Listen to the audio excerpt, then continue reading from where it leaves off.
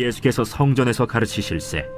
어찌하여 서기관들이 그리스도를 다윗의 자손이라 하느냐?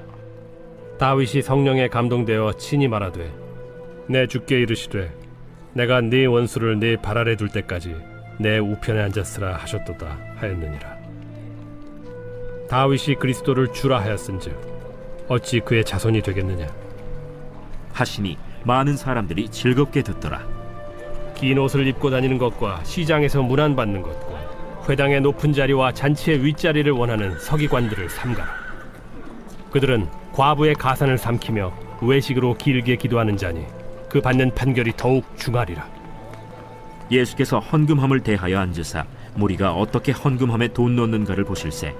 여러 부자는 많이 넣는데 한 가난한 과부는 와서 2렙돈 곧 한 고드란트를 넣는지라.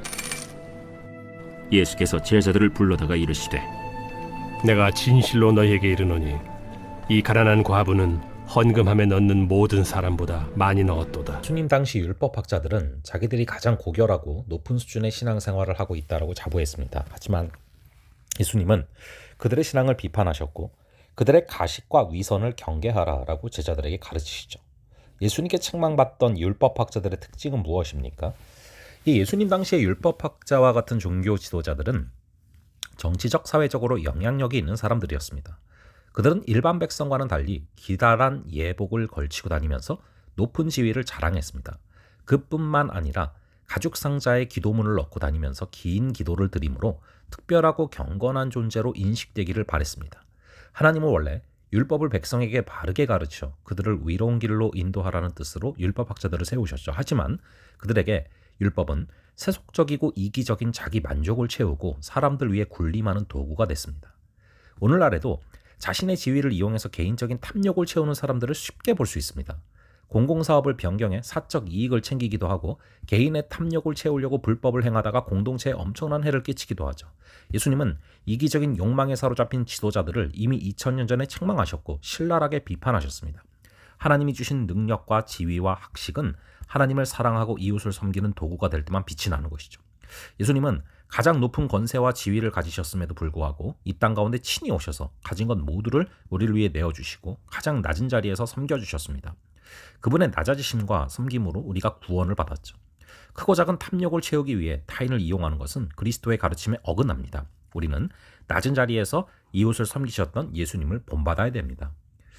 그리고 율법학자들이 착용한 그 긴 옷과 기도 상자는 사람들 눈에 잘 띄었습니다. 그들은 사람들에게 경건한 존재로 인정받고 싶어 했고 사람들에게 칭송받는 것을 좋아했습니다.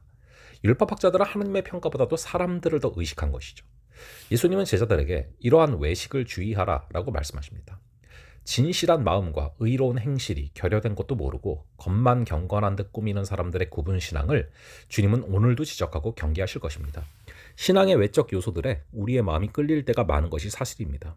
사람들이 알아주고 주목하는 봉사에는 열심을 내면서도 사람들 눈에 띄지 않는 일이나 사소하게 평가되는 일에는 나서지 않으려는 모습이 우리의 모습이죠. 교회 생활에 열심을 내는 모습을 사람들은 좋게 평가할 수도 있습니다. 하지만 아무리 사람들에게 칭찬받는다 할지라도 정작 중요한 것은 하나님의 평가와 시선입니다. 하나님은 우리의 거치대가 아닌 중심을 보십니다.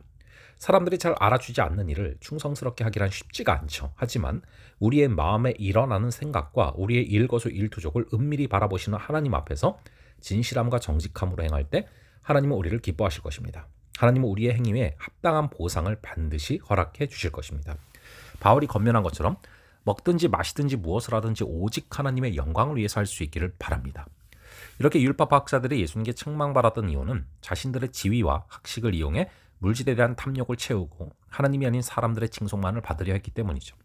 하나님이 주신 우리의 재능과 지위는 오직 하나님과 사람들을 섬기는 도구가 되어야 합니다. 그렇게 사람들이 알아주지 않을지라도 하나님이 인정하시는 삶을 선택하는 오늘이 되기를 간절히 바랍니다. 잠시 기도하겠습니다. 아버지 하나님, 이기적인 우리의 삶에서 하나님 중심적인 삶으로 우리의 삶의 축이 바뀔 수 있는 역사를 허락하여 주시옵소서. 하나님께 인정받는 삶을 추구하며 하나님의 시선을 인식하며 살아가는 그런 오늘 하루가 되게 하여 주시옵소서. 감사드리고 이 모든 말씀 우리 주 예수 그리스도의 이름으로 기도합니다. 아멘. 그럼 또 다음번에 뵙도록 하겠습니다.